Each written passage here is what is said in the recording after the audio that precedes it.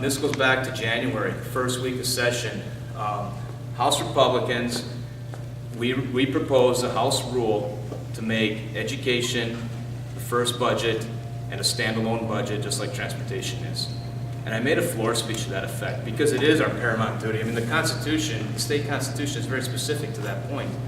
We also proposed a law because we failed on the rule vote, it failed on party lines, and I'm not trying to be partisan, I'm just trying to lay out the facts here, though. It failed on a party line vote. We proposed a rule, or a law, excuse me, to propose a bill to put in the statute that would require education be funded first as its own standalone budget. Never got a hearing. I believe these are common sense solutions. We could start an education budget and have it done before the middle of session is over, or at least significant progress, and be passed before the regular session is over. And just like the capital budget is dependent on the operating budget, the transportation budget has an impact on the operating budget. You can fund education, we can get it done, have that standalone budget, and then say basically to the operating budget, here's the cost to that budget. You know, in the Senate budget, they frankly have shifted some funds, and it's kind of a little bit of a shell game. Take some funds out of this fund, move it over to here, and then refund this one with something over here, and it is confusing to figure it out. On the House side, the House just said, let's just tax everybody another $1 billion and call it good. The governor said, I'm going to increase K-12 funding by putting a whole bunch of social programs into the K-12 line item and put the funding that way, and I'm going to say that I funded K-12. I think all three of those budgets, frankly, are wrong.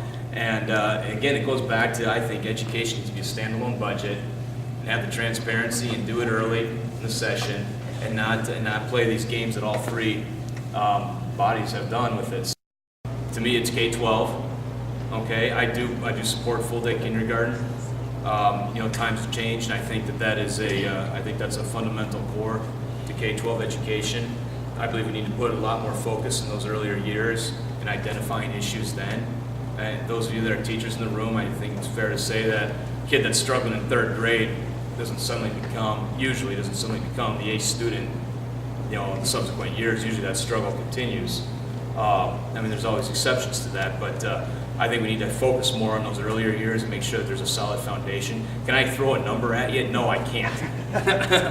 Because it is so confusing. Because and this is the problem, and the trouble that I have, just being part of that dome down there, is that, again, and it goes back even to the regulation question. We never stop and ask, what we have, does it make sense?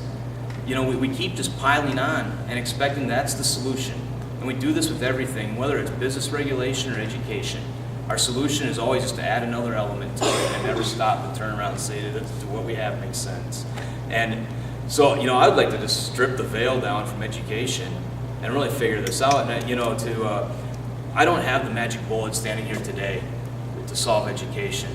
You know, I know the frustrations as a parent. I see them from my kids as students. I hear them from the teachers and the administrators. You know, I think we just need to bring that all together and find that best solution. And to me, the answer is not in piling on more on the state. You know, if you read the McCleary decision, it doesn't say 1.2 billion makes it all better. McCleary decision said you have to fix it. Yes, they said we have not fully funded it, but they also said there are issues there that need to be addressed and fixed. Yeah. And I think the governor, frankly, tried to duck that by putting social programs into K-12, saying, "Hey, I fully funded it," and that was not the case.